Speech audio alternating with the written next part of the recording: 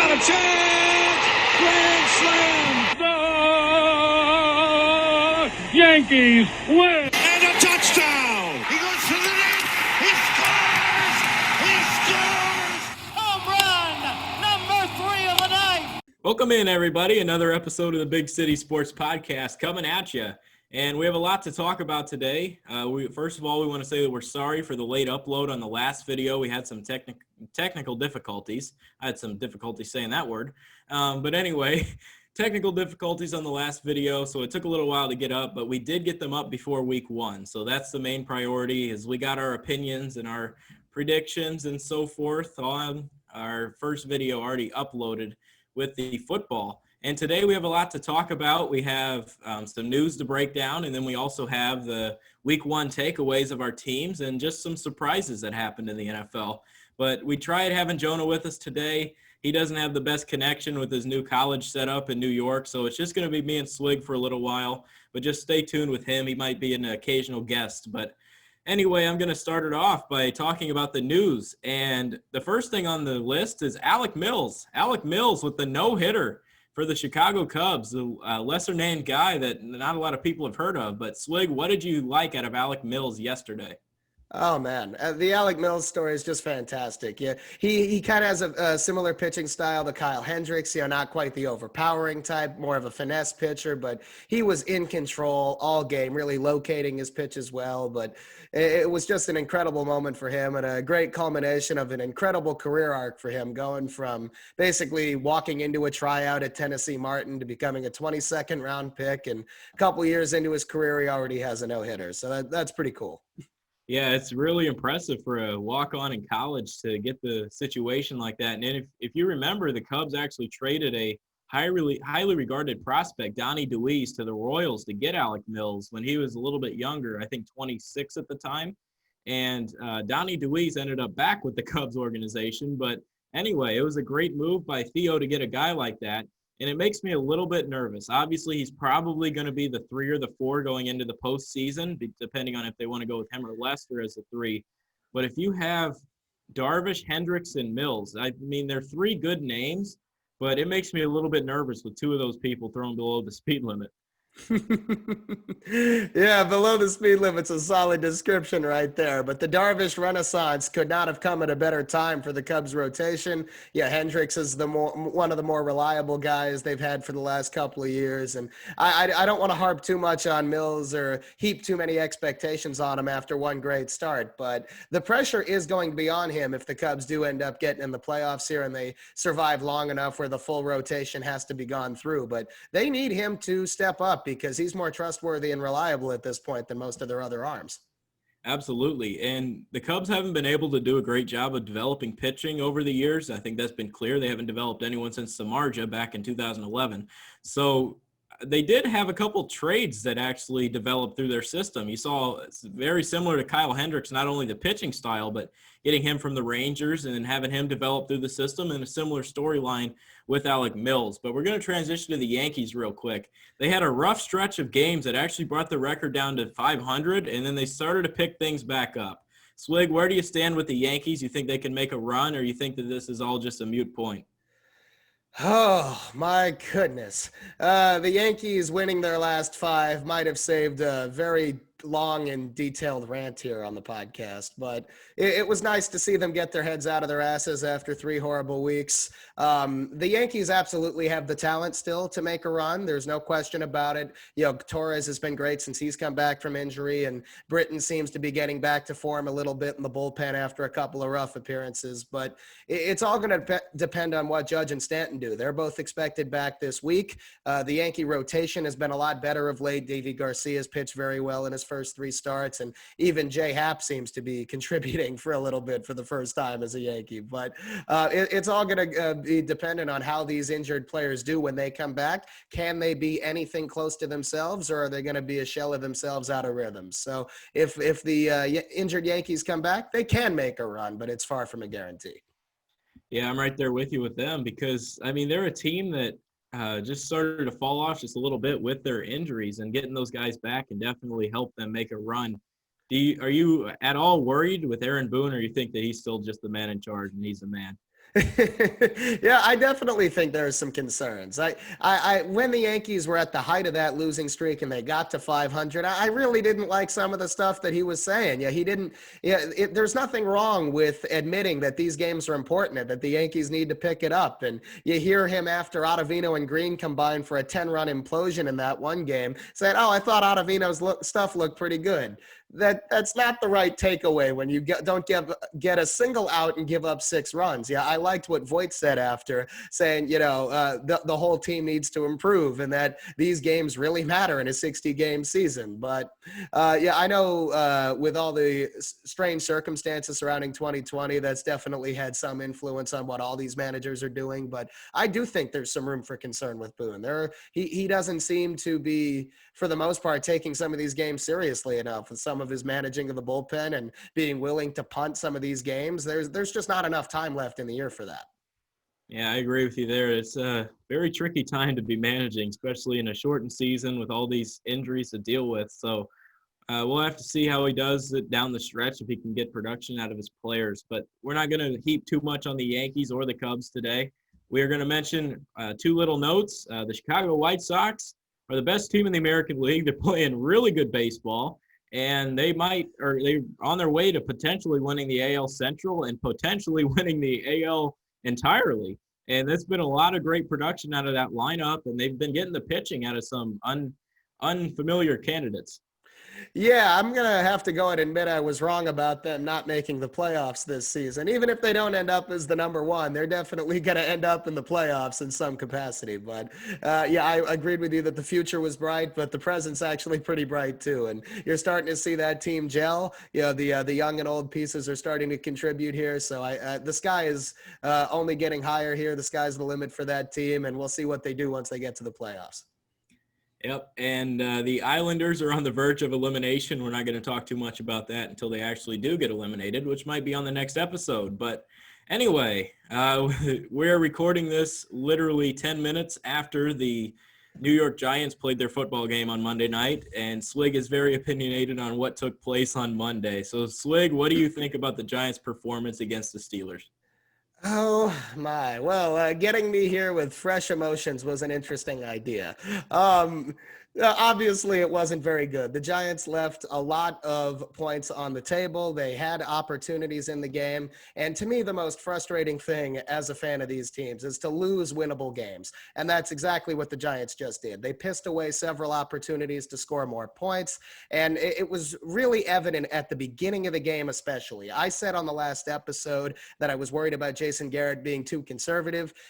In the first 5 minutes of the game, we have a 4th and 1 at the Steelers 41, and we take a delay game of punt. And then we get gifted the ball at the Steelers 3-yard line when Deontay Johnson muffs the punt. We get 1 yard on 3 plays and then kick a field goal. I mean, he screwed us pretty hard there with the lack of aggressiveness. No spit, no lube, rough sandpaper finish. I really did not like the lack of aggressiveness right there. It was exactly what I was worried about. And then after that, the Giants offense did seem to show some rhythm. The defense actually got off to a pretty good start, but after a while, the Steelers got into their rhythm and the Giants missed opportunities, and it was over about halfway through the third. Yeah, and one thing that stood out to me tonight with the Giants was the run defense that they had. They were bottling up James Conner early in that one before he left for an injury, but then Benny Snell came in and started to pop a little bit of big runs. But the run defense early on surprised me. I love the tempo of the offense they were running, especially in the first quarter, getting up and going. I thought they were going to score on their first drive, just punching them in the mouth as they go down. But like you said, the lack of aggressiveness really cost them there. Evan Ingram with a few bad drops tonight, didn't play his best football as a Giant, that's for darn sure. And there was one other note. James Bradbury, I thought, played pretty well. And I thought Daniel Jones looked good. He just didn't have too much time and made that boneheaded decision in the red zone. Yeah, well, I'll start with Jones because obviously the quarterback's the engine of a football team, and they're only going to go as far as he plays well. And Jones did a lot of good things, and he did not fumble, which is a sign of progress. But at the same time, both of those interceptions were just mind-numbingly stupid. I mean, T.J. Watt obviously made a great play on the first one, but it became very clear the Giants would have no choice but to throw a lot of quick patterns because our offensive line could not hold up for more than about 3 seconds. And that's not a surprise. surprise given the lack of talent on our side and the extreme talent on the Steelers front. But those factors combined for Jones having about as much time to throw as Barkley had to make people miss in the backfield when we ran the ball. So that's definitely something that's going to need to be improved on. And that interception in the red zone was obviously just an absolute backbreaker on the 19th play of a drive that had so many good things going for it. And that just wrecked any momentum the Giants had. I honestly thought the game was over after that interception. Yeah, that's an absolute killer. And I think they also need to improve big time on their red zone efficiency because they got down there multiple times. You mentioned on the Deontay Johnson fumble on the punt. And then there were a couple times they could have punched it in and made some plays, and they just couldn't. So they had to settle for a field goal and then the costly interception. So hopefully they can improve the red zone efficiency with that offense. And what did you like out of Andrew Thomas tonight? Anything? I thought he played pretty well. Part of that is because some of the other guys on the offensive line, especially Nick Gates at center and Cam Fleming at right tackle, they were human turnstiles all night. So in comparison, Thomas looked like Orlando Pace out there. But I thought, held up decently well. Bud Dupree definitely still made a big impact on the game, though. But I'm obviously going to be more patient with a guy who's in his first start in the NFL against a starting blindside right away than I'm going to be patient with a seventh-year veteran at right tackle who looked about as bad as Bobby Hart did. So there were definitely, let's say, mixed reviews at best on that offensive line. On a better note, I thought Darius Slayton played extremely well. The Giants did a decent job spreading the ball around, but yeah, Evan Ingram especially is one I'm going to harp on. He looked absolutely terrible. He couldn't run block. He couldn't catch. He was just an absolute non-factor. And then he had that offensive pass interference as well on the one big play he did make, although I do think that was a bit of an iffy call. But, point is that he just did not impact the game like he's capable of, and it was a huge problem for the offense. Yeah, and the inactive today was Golden Tate. He was a big one, and I think with Daniel Jones not having a lot of time against that Steelers defense, maybe something over the middle. He's a slot receiver that can little gritty, that makes big plays in the short game and uses his yards after catch to make plays. I thought he might have been a lot better, would have definitely improved the results of tonight's game. What do you think if Tate would have played? I honestly don't think it would have made a huge difference because he's basically a lesser version of Sterling Shepard, who had a solid game overall. Shepard is basically what Golden Tate is, just a few years younger. It would definitely have made some impact, but whether Tate plays or not, the Giants were under pressure the entire time. They didn't have more than a couple seconds to throw for the most part. So I do think there's definitely some trust there. Jones and Tate made a few solid connections throughout last season, but I think that's a little bit overblown. The Giants still had some decent skill position players, and we just didn't have time to get them the ball. I want to bring up a very interesting play in the game. It was, I think, 3rd and 7, 3rd and 9, something like that. And it was a play. I want to get your opinion on it because Daniel Jones had the opportunity to go in and take a hit to get the first down or go out of bounds and set up a 4th and 1, which was a disastrous play call, but they ended up getting it. Would you have preferred Jones to just go down and try to make a nice little first down effort, or do you think it was smart for him to get out of bounds? Okay, so I honestly think it was smart for him to get out of bounds, and I also thought it was a bad spot by the referee. He got to the marker, but I'm actually going to disagree here. I loved the play call on that 4th and 1 because we couldn't run the ball the entire game at all. We were losing 4 yards a carry. I think Barkley had -8 yards at one point, and you see the Steelers defense stacked to the one side where we have the multiple tight ends and the short yardage. If we ran the ball, we lose 4 yards and turn it over. So I actually really liked the play action, and he had just enough time to leak it out to Levine Toilolo there. So long term, I'm trying to be patient here. The Giants need Jones to protect himself and stay on the field. He made several plays with his feet throughout the game, and I thought that was an encouraging sign. That's a dimension Eli Manning never did bring to the Giants offense. Jones can do that.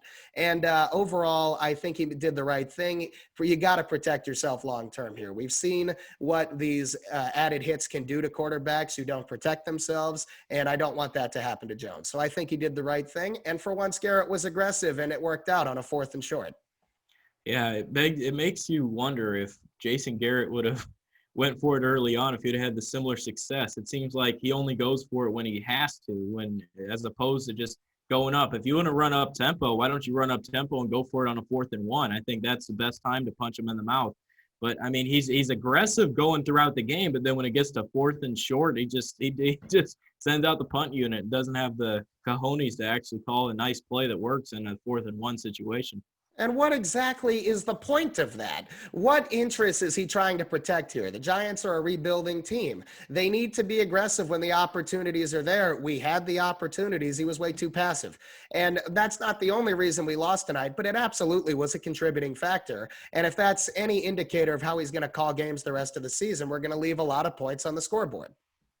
Yep, I'm right there with you. It's been crazy. Nice little week 1 action, especially in the games that we saw. And the Giants, I thought they played decent. There were some bright spots tonight. There were some that you wish you didn't see. But what did you like out of James Bradberry before we switch over to the Bears? Bradberry, I thought, was pretty solid for the most part. He got beat on that last touchdown, but I really liked how he was competing. He even on the occasions where the wide receiver for the Steelers would make the catch, he would come in there, he would knock the ball out. He never gave up on the play. So I really liked how he was competing out there. He didn't really allow too much, although that's pretty easy when they're going to be targeting Corey Ballantyne and Isaac Yiadom on the other side. But he, for the most part, was a lot more good than bad. And there was also a lot to like from some of the Giants' defensive front. They generated some pressure. They limited the run game for the first 2.5 to 3 quarters there before they started to get wore down. So there was definitely some positive signs, but there's still a ton of progress that needs to be made. Yeah, and you talked about the rotation of the defensive line that the Giants will do, and I think that really worked tonight. You saw Dexter Lawrence get in there with a combo sack with, I can't remember who else it was, but he got in there and had a combo sack on Ben Roethlisberger. And if the D front can make plays like that, then that's something that the Giants have really needed. Like you said, they haven't had one in a very, very long time. Yeah, absolutely. They did manage to generate some pressure. They brought a lot of blitzes, which was definitely an impact, but most of that pressure came from the front 4. We saw at various points throughout the night, Dexter Lawrence made multiple plays. We saw Marcus Golden make an impact with a couple of nice tackles for loss or chasing down running backs, limiting gains like that. Leonard Williams actually had a sack for the first time in 2 years, and he was all over the football. So there were definitely some encouraging signs there, and I thought Lorenzo Carter definitely showed some signs. He was very close on a lot of plays. He was cleanly beating his man. So I think he is the most likely Giant to break out as a pass rusher, and there were some encouraging signs on that end. All righty. And the first team that we have that has won a football game this year are the Chicago Bears. And it kind of didn't really feel like a win if you're talking to Bears fans, because that game was an absolute disaster. I mean, holy smokes. It was crazy. Man, the first 3 quarters were just atrocious, and then turn it up. Here comes Trubisky rolling out there, leading all ye faithful all the way to the game. What did you think about that Bears performance? Man, the fourth quarter of that game completely changes the narrative of how we talk about the Bears here. But I want to make it very clear. They were extremely fortunate to win that game. The Lions just outdid themselves with the self-destruction there. And then even despite all of that, they still should have won. But DeAndre Swift dropped a touchdown in the end zone. So Trubisky absolutely made some great plays in the fourth quarter. But I don't want people to think that one touchdown or that one good quarter makes up for 3 very bad ones. He did not play well for most of the game. And even despite the improvement, they still should not have won. But the quarterback controversy is going to have to wait another week.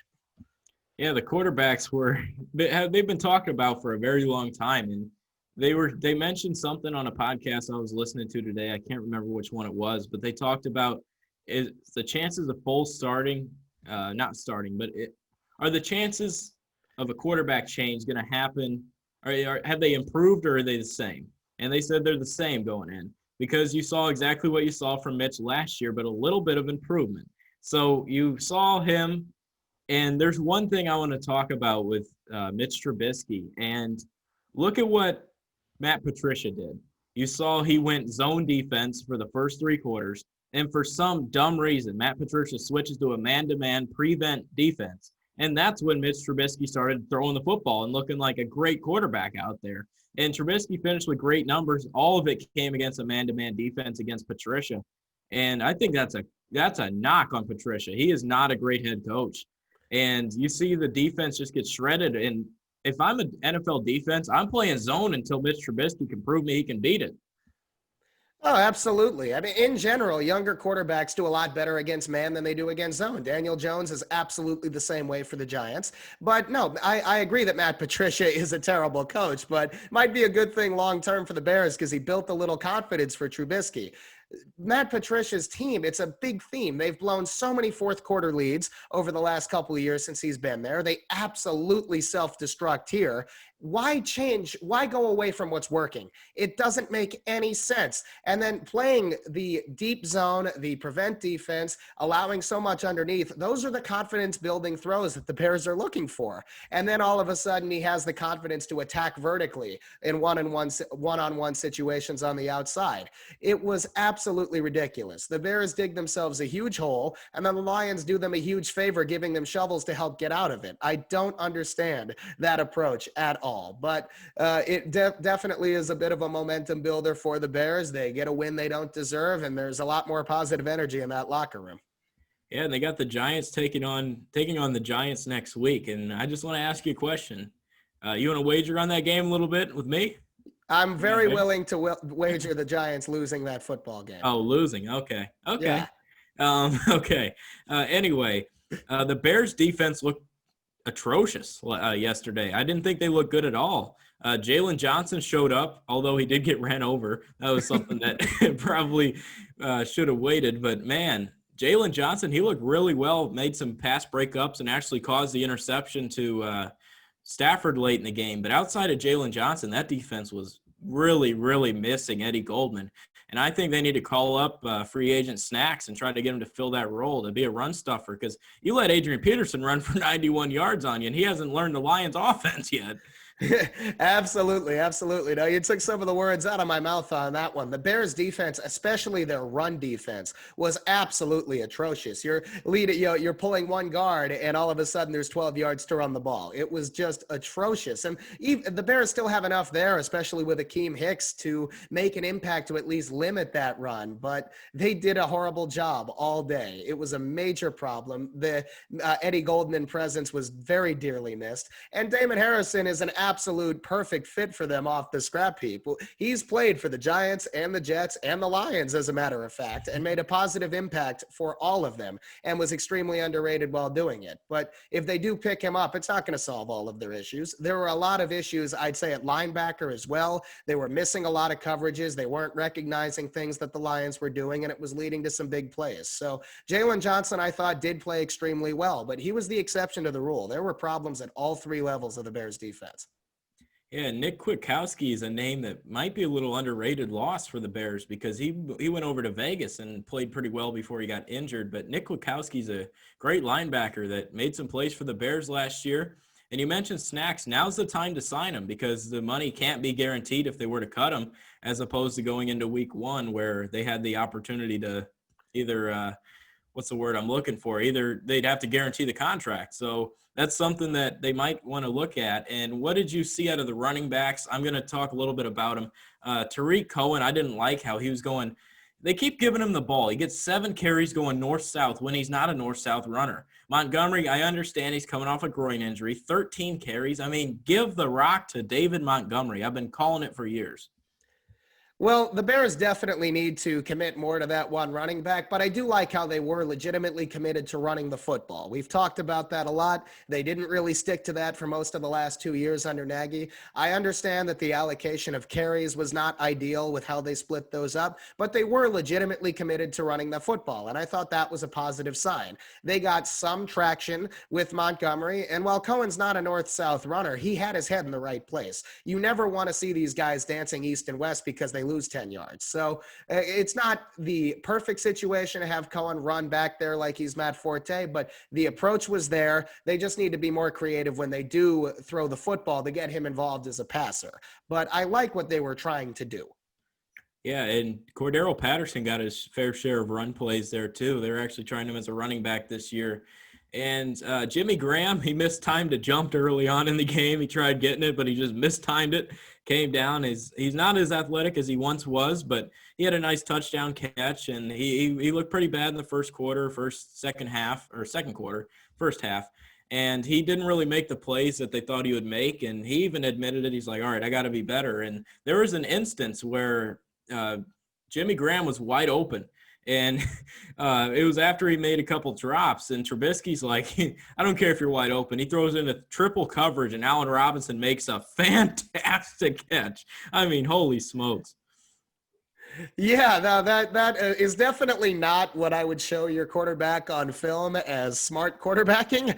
I do want to make that clear. He got very lucky that worked out. That was not how you do it. It was like when Josh Allen threw the 50-yard vertical to the double-covered fullback in that playoff game against Houston. It's just because it didn't get intercepted, or in this case, it even was caught, it doesn't mean you made the right choice or the right read. And that was still one of the biggest problems for me when I go back and watch Trubisky on tape. He is not going through his reads. He's not processing how defenses are reacting, and it's leading to some rush throws, some mental lapses, and some extremely lucky catches. And I don't think that last one is going to be there every week. Yeah, and the Bears play the Giants, like we mentioned early on. What do you think some adjustments need to be made for both teams to try to get away for a victory? I don't know where the game's at. Is it in Chicago or New York? It's in Chicago. That really doesn't have too much of a factor nowadays. But anyway, what do you think the Giants need to do to improve to be victorious and improve to 1-1? Well, they need to do a lot of things. Let's start offensively. They're going to have to do the same thing in terms of a quicker tempo, because the Bears, like the Steelers, have a very talented front. The Giants need to establish the run more, and they need to stop with this. I get that they're establishing the new power and gap scheme. I think they need to just simplify it, run straight up the middle for a little bit, and then slowly ingratiate some of these zone runs and pulling the guard, getting the lead blocker out. But every time the Giants tried something like that in week one, it was getting blown up in the backfield. And the Bears, especially with guys like Khalil Mack and Robert Quinn there, it's just they're going to get blown up every time. And then from the Bears' perspective, they need to target pretty much every player in the Giants secondary not named James Bradbury. The Steelers did that to great effect, and so is every team. They're going to all season. Corey Ballantyne's routinely getting torched on the outside by the number 2 and 3 receiver. Anthony Miller can have a huge game here. They need to absolutely get the secondary weapons involved. And then I actually say, though, the Bears would need to get the run established as well. It eventually wore down the Giants' run defense in the second half tonight. The same thing's eventually going to happen if they stick with it in game 2. That makes me a little bit nervous because Matt Nagy isn't prone to stick with the run, or at least go to it and then stick with it. So if it doesn't work right away, he's going to have Mitch throwing 55 times against that defense. But the Giants' run was pretty bleak tonight, and the Bears' run defense was pretty bad. So something has to give there, whether the Bears shut down Barkley or Barkley just shreds them. Well, Barkley is absolutely capable, and I'm not blaming him for his bad statistics, although his pass blocking needs to improve.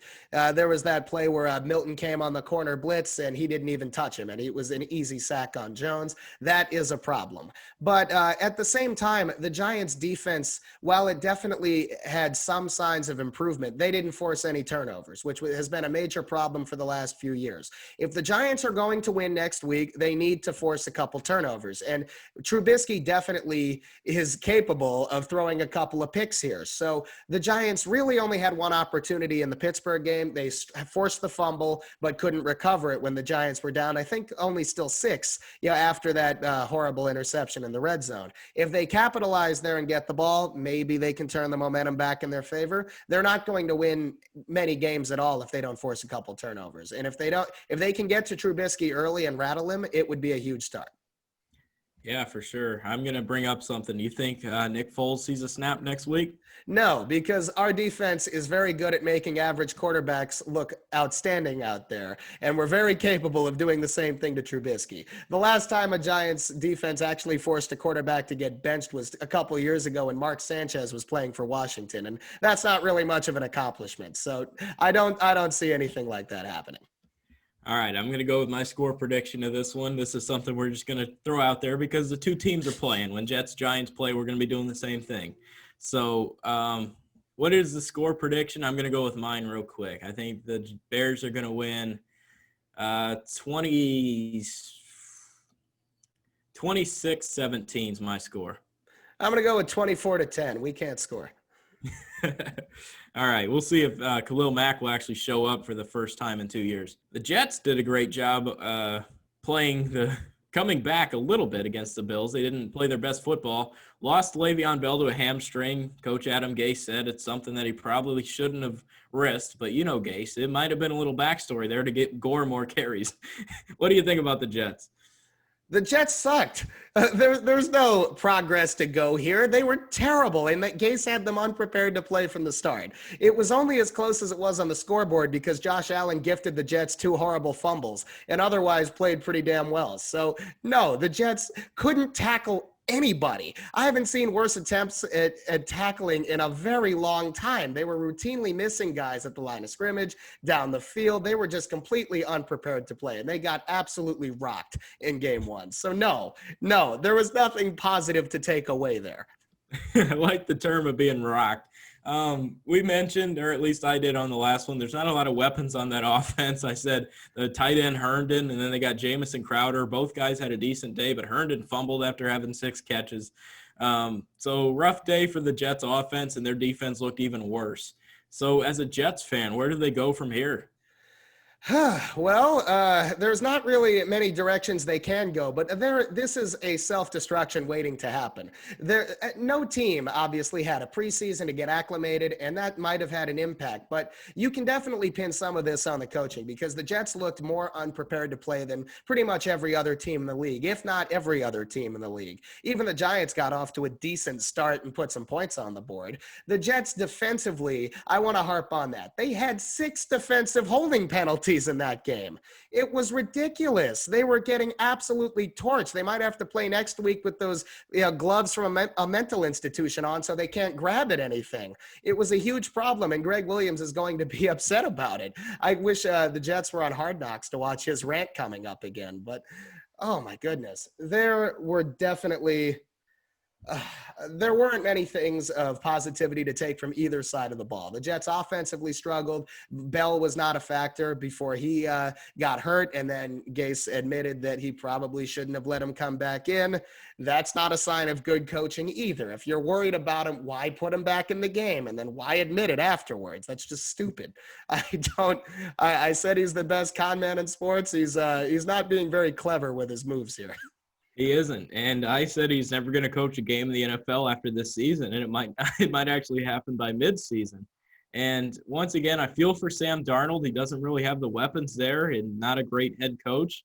And hopefully, they can get Darnold's career back on track with a new head coach, or they have the cojones to actually go 0-16 and bring in Trevor Lawrence to the Jets.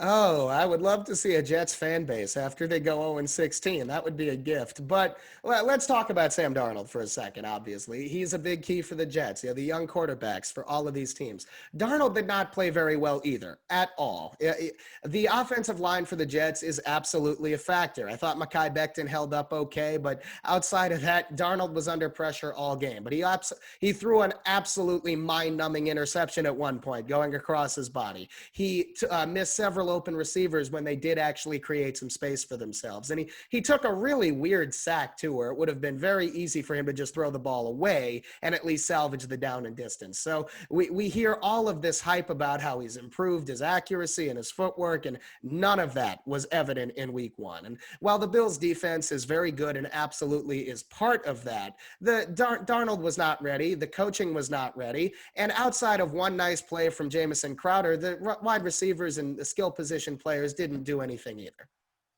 Yeah, it's a rough situation for everyone with the Jets so far in that organization. And where do you see the running back room going now with Frank Gore and Josh Adams, a combination? Adams got in the end zone, the former Notre Dame running back, and he actually looked pretty good with the Eagles when he had his opportunity a few years ago. I assume he's the sexy pick because Frank Gore is just the tank that's back there just logging carries for stats. Hey, Gore is going to be playing his old team here against San Francisco next week, and I think he'll be ready to go. And we all know that Gase has a lot of trust in him. So I think Frank Gore will absolutely get a lot of opportunities, and we'll see if he can take advantage of any of those. But I would ask you a question here. You look at their defense. It's going to get overshadowed by how poorly Darnold played, but they looked absolutely terrible. They were undisciplined. They were getting torched all over the field, couldn't stop the run or the pass. Do you think there's any chance they improve that? I don't. I think they're a horrible defense. And I mean, they were bad before they got rid of Jamal Adams. And Jamal Adams was literally the glue that held that popsicle stick house together. Because when he left, they all just fell down. And I mean, it's just a collapse. And I think Greg Williams is going to be fired because there's nothing he can do. But they want to get a new voice in there to try to change something. But they're an absolute disaster. I mean, I mentioned last week that they brought in the offseason a few years ago, they tried to bring in Trumaine Johnson and C.J. Mosley and these guys to fill holes, but none of them worked, and it's just been an absolute disaster. I think they might be the worst defense I have seen since the Browns before Myles Garrett. Ooh, that is harsh right there. I mean, the Jets really miss C.J. Mosley because he can at least make tackles on that defense. That would have solved a little bit of their problem. The Jets bring in Pierre Desir, and he looked absolutely terrible. He got benched at halftime for Nate Hairston, of all people. That is not a good sign here, but it was absolutely warranted. I at least agree with him getting pulled. He was doing his best Trumaine Johnson impression out there. And like I said, Trumaine Johnson was an absolute savage for getting $70 million out of that team. He did not deserve it. But the Jets defense, if you want to point to a small silver lining here, I thought Marcus May had a solid game and Bless Austin did pretty well, although with Desir and Nate Hairston getting picked on all day, there's not going to be much attention where Bless Austin is. But I thought those two were the silver lining in an otherwise terrible, terrible performance for that team. And then offensively, Crowder had the one big play, but outside of that, they didn't get anything going either. Jets give up 3 straight touchdowns and only get to stick around on the scoreboard because of the Josh Allen fumbles. Yeah, they had to take advantage of those opportunities that they got. They actually did. But other than that, it was horrible. It's sort of like a team that can only score on the power play in hockey and can do absolutely nothing and get no shots on a 5-on-5. So there's one thing I wanted to say. Quinnen Williams is the only bright spot, I think, on that defense. He's still super young and a nice player for them. But outside of him, I don't like anybody on the Jets. It's going to be rough. Well, yeah, Williams being the 3rd overall pick last year, he was better than people give him credit for. I understand he wasn't Aaron Donald out there, but he's only going to get better. He kind of reminds me of a Dexter Lawrence or a Leonard Williams on the Giants. Yeah, a similar skill set there. And then one other thing I want to point out here for the Jets being unprepared. They somehow managed to get a delay of game penalty after a TV timeout. That is completely unacceptable. I don't care if it's a preseason game. They had 3 full minutes to at least figure out the first play they're going to call here, and they take a delay of game. If that doesn't show that they're unprepared or not on the same page, I don't know what does. That's completely ridiculous. Yeah, Adam Gase is probably looking down at his thing like this. But anyway, I think the 49ers get their first win of the season in a huge factor, just absolutely whacking and going off on the terrible New York Jets. I think they beat them 44-zip.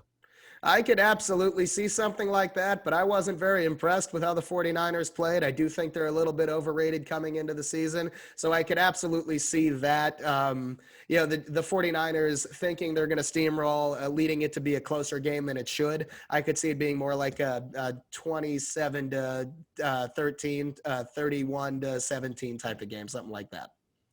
Yeah, and that does it for our top 3 teams we're talking about. But we do have some takeaways from week 1 we want to bring up. And the first thing I want to bring up is there were a lot of upsets, and my survivors out after week 1 that in my pools, and they were the Philadelphia Eagles over the football team.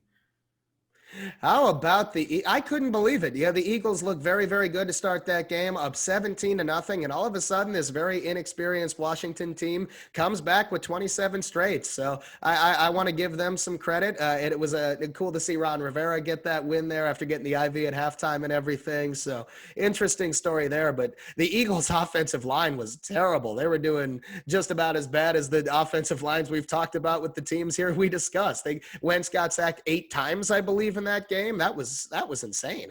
It was. And I said coming in one of my articles I posted, I said that the Washington football team is a very underrated defense. They got players at all three levels, and their pass rush is very good. They have a lot of good players on that team. Jonathan Allen, Montez Sweat coming off an injury. Then they also have Chase Young, who looks to be a dynamic playmaker. He might be one of the best defensive ends I've seen coming out. But holy smokes. And then you see Dwayne Haskins lighting up his guy, Terry McLaurin from the Ohio State days, and that football team looked pretty good. Well, let's not forget about Ryan Kerrigan on defense either. I thought he looked the best of any of them, and he's been there for about 9 or 10 years now, first-round pick out of Purdue. He is one of the more underrated players in football. He's always around the ball, making an impact in the run and the pass. Chase Young, you're welcome, Washington. I'm still, not very happy that we had to win Week 16 last year, but he only adds to a very loaded front seven. I still am very skeptical that they're going to be that impressive going forward. There's still way too many holes on that roster, and I'm still not sold on Dwayne Haskins here, but I do want to give them some credit where it's due. They had a very impressive Week 1 comeback.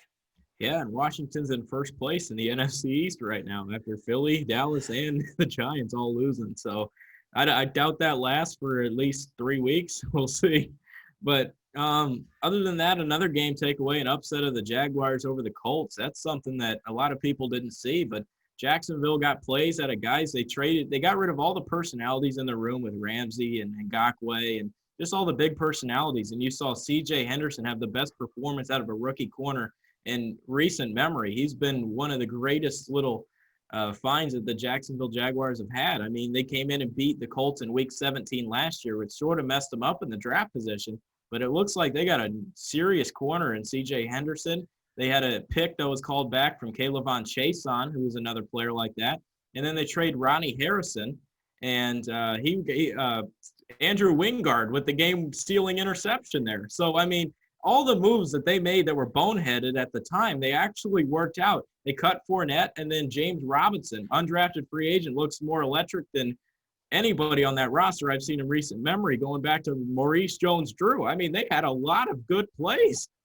Absolutely. No, who thought that the Jaguars' word of description after Week 1 was going to be fun? But they were a very fun team to watch there. The Colts, kind of similar to the Eagles, got off to a very good start. Yeah, they looked like they were going to roll with it, and then they left a lot of points on the board. They missed out on that 4th and 1 from inside the Jacksonville 5 and got nothing out of it. Rivers threw that incredibly stupid Curtis Painter-like interception there at one point. They're giving the Jaguars opportunities that they don't deserve. And even though the Jaguars aren't a very good team overall, that you give them enough opportunities, they're eventually going to take advantage. Gardner Minshew played extremely well, only 1 incompletion the entire game, and I couldn't believe Robinson went undrafted. I thought he was a top 12 running back in that draft. I thought he was a mid to late round pick out of Illinois State. There was way too much talent there. So while it is just one game, and I don't want to overreact too much, they could easily go 1-15 here. They definitely do have a couple of pieces that can make a positive impact for the team.